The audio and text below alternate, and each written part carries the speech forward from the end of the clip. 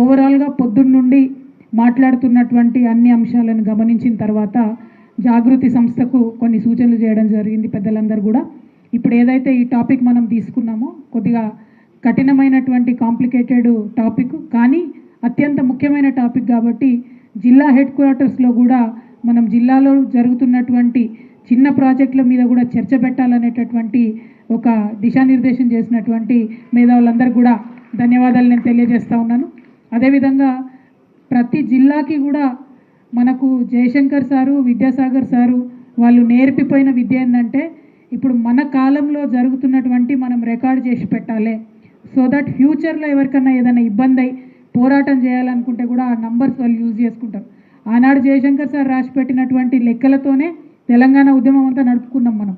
అందుకనే ఇవాళ మనం ఇప్పుడు చేయాల్సినటువంటి తక్షణావసరంగా ప్రతి జిల్లాకు కూడా సాగునీటి రంగంలో ఏం జరిగింది, ఏం జరగాల్సింది ఉంది అని ఉమ్మడి జిల్లాల వారీగా మరి 10 పుస్తకాలను కూడా తీసుకురావాల్సినటువంటి అవసరం ఉందనేటటువంటి సజెషన్ కూడా వచ్చింది.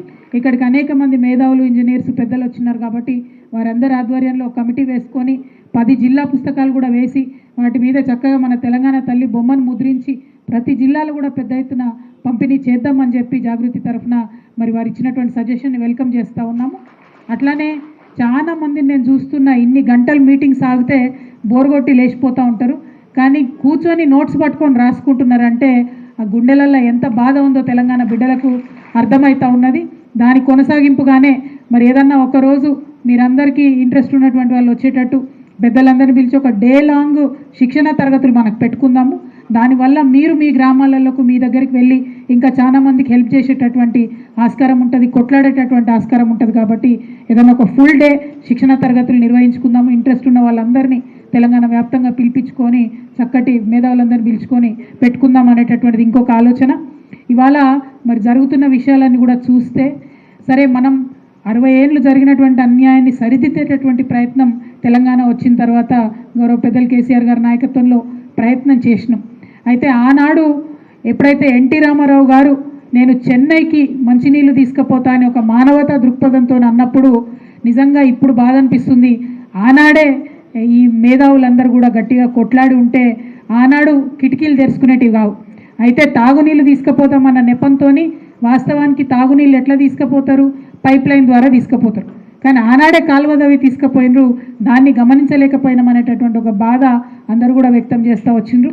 మరి ఆయన పైప్ లైన్ అది కాలువదవి చెన్నైకి నీళ్లు తీసుకుపోతే ఎన్టీఆర్ గారు చేసినటువంటి అన్యాయాన్ని కొనసాగిస్తూ వైఎస్ రాజశేఖర రెడ్డి గారు దాన్ని ఇంకా పెద్ద చేసుకొని మొత్తం పోతిరెడ్డిపాడును పెద్ద చేసుకున్నారు. ఆ తర్వాత చంద్రబాబు నాయుడు గారు తిలా పాపం తలా పిడకడ అన్నట్టు ప్రతి ఒక్కరు కూడా కృష్ణా నదిని దోపిడీ చేయడంలో ఎన్టీఆర్ గారైనా, వైఎస్ రాజశేఖర రెడ్డి గారైనా, చంద్రబాబు నాయుడు గారైనా, వైఎస్ జగన్మోహన్ రెడ్డి గారైనా ప్రతి ఒక్కరు కూడా మరి తీసుకెళ్లడం జరిగింది. నవీన్ అన్న చెప్పినట్టు అక్కడ ప్రాజెక్టులలో 1 కాదు 2 కాదు 3 సెక్యూరిటీ లేయర్లు వాళ్ళు నీటి పరంగా సెక్యూరిటీ లేయర్లు పెట్టుకుంటూ వస్తున్నారు. వాళ్ళ బేసిన్ కాకపోయినా నదిని తరలించుకుపోయేటటువంటి ప్రయత్నం చేస్తున్నారు.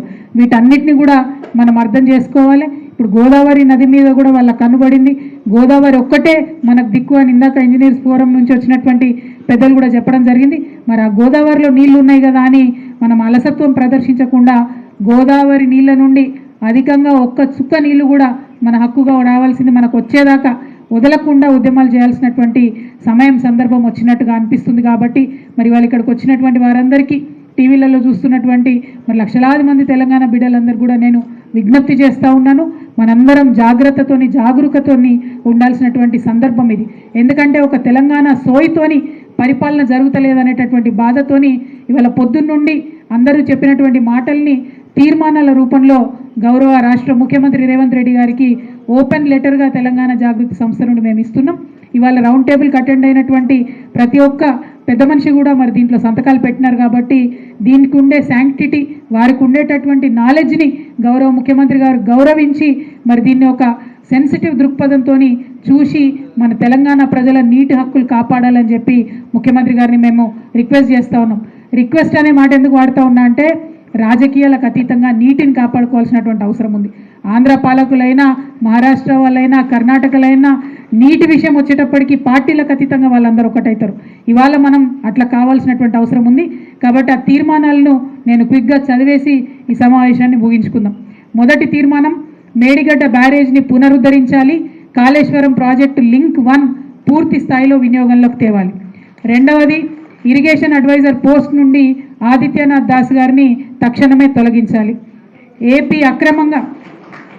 మూడవ తీర్మానం, ఏపీ అక్రమంగా నిర్మిస్తున్న పోలవరం బనకచెర్ల అదే గోదావరి కృష్ణా పెన్నా లింక్ ప్రాజెక్ట్ ఏదైతే ఉందో దాని మీద అపెక్స్ కౌన్సిల్ సమావేశం ఏర్పాటు చేయాలని కోరుతూ కేంద్ర ప్రభుత్వానికి తక్షణమే రాష్ట్ర ప్రభుత్వం లేఖ రాయాలని చెప్పి మేము డిమాండ్ చేస్తూ ఉన్నాం. కృష్ణా ట్రిబ్యునల్లో తెలంగాణకు basin catchment command area drought prone area ప్రాతిపదికన 575 టీఎంసీల నికర జలాల సాధించేలా సమర్థ వాదనలు వినిపించాలని చెప్పి మేము ప్రభుత్వాన్ని డిమాండ్ చేస్తూ ఉన్నాం. పోలవరం నుండి కృష్ణా డెల్టాకు మళ్ళిచ్చే గోదావరి జలాలకు బదులుగా నాగార్జున సాగర్కు ఎగువన 80 టీఎంసీల కృష్ణా నికర జలాల వినియోగానికి బచావత్ ట్రిబ్యునల్ పరమైన రక్షణలు తెలంగాణకు ఉన్నాయి. అందులో తెలంగాణకు 45 టీఎంసీలు దక్కుతాయి. ఇప్పుడు పోలవరం నుంచి 200 టీఎంసీలు మళ్లించాలని ఏపీ ప్రాజెక్టు చేపట్టింది. కాబట్టి మిగిలిన 120 టీఎంసీలలో తెలంగాణకు 80 టీఎంసీల నికర జలాలను కేటాయించాలని ఈ సందర్భంగా డిమాండ్ చేస్తూ ఉన్నాం. మొత్తం 125 టీఎంసీల సాధనకు బ్రిజేష్ కుమార్ ట్రిబ్యునల్ ఎదుట బలమైన వాదనలు వినిపించాలని ప్రభుత్వాన్ని డిమాండ్ చేస్తున్నాం. గోదావరి మూసీ ప్రాజెక్టును మల్లన్న సాగర్ నుంచి కాకుండా తక్కువ ఖర్చుతో పూర్తయ్యేటటువంటి కొండపోచమ్మ సాగర్ నుంచి చేపట్టాలని ప్రభుత్వాన్ని డిమాండ్ చేస్తూ ఉన్నాం. ఇరిగేషన్ ప్రాజెక్టులన్నీ పూర్తి చేయడానికి ఏటా 20,000 కోట్లకు తగ్గకుండా బడ్జెట్ కేటాయించి ఖర్చు చేయాలని చెప్పి కూడా డిమాండ్ చేస్తూ ఉన్నాం. సప్పట్లు కొట్టని వాళ్ళంతా కాంగ్రెస్ వాళ్ళు అనుకోవాలి. నాగార్జున సాగర్ ప్రాజెక్టును పూర్తిగా తెలంగాణ ప్రభుత్వ ఆధీనంలోకి తెచ్చుకోవాలని చెప్పి ప్రభుత్వాన్ని డిమాండ్ చేస్తూ ఉన్నాం. జూరాల ప్రాజెక్టుకు వచ్చే వరదను సమర్థవంతంగా వినియోగించుకునేలా మరో ఎత్తిపోతల పథకం చేపట్టాలని కూడా మేము డిమాండ్ చేస్తూ ఉన్నాం. వార్దా బ్యారేజ్ పనులు సత్వరమే చేపట్టి మంచిర్యాల, ఆసిఫాబాద్ జిల్లాలకు 2 లక్షల ఎకరాలకు నీళ్ళు ఇవ్వాలని చెప్పి డిమాండ్ చేస్తూ ఉన్నాం. రాయలసీమ ఎత్తిపోతల పథకాన్ని పూర్తిగా ఆపేలా కేంద్రంపై ఒత్తిడి తీసుకురావాలని చెప్పి డిమాండ్ చేస్తూ ఉన్నాం.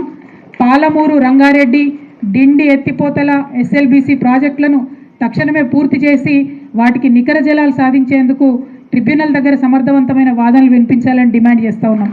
ఎందుకు ఈ డిమాండ్ చేస్తూ ఉన్నామంటే ఈ ప్రాజెక్టులన్నీ కూడా ఏనుగు వెళ్ళింది తోక చిక్కింది అన్నట్టు మ్యాక్సిమం పనులు కేసీఆర్ గారి హయాంలో పూర్తయినాయి. కొంచెమే చిన్న పనులు మిగిలిన్నాయి కాబట్టి తక్షణమే వాటిని ప్రభుత్వం పూర్తి చేయాలని చెప్పి డిమాండ్ చేస్తున్నాం.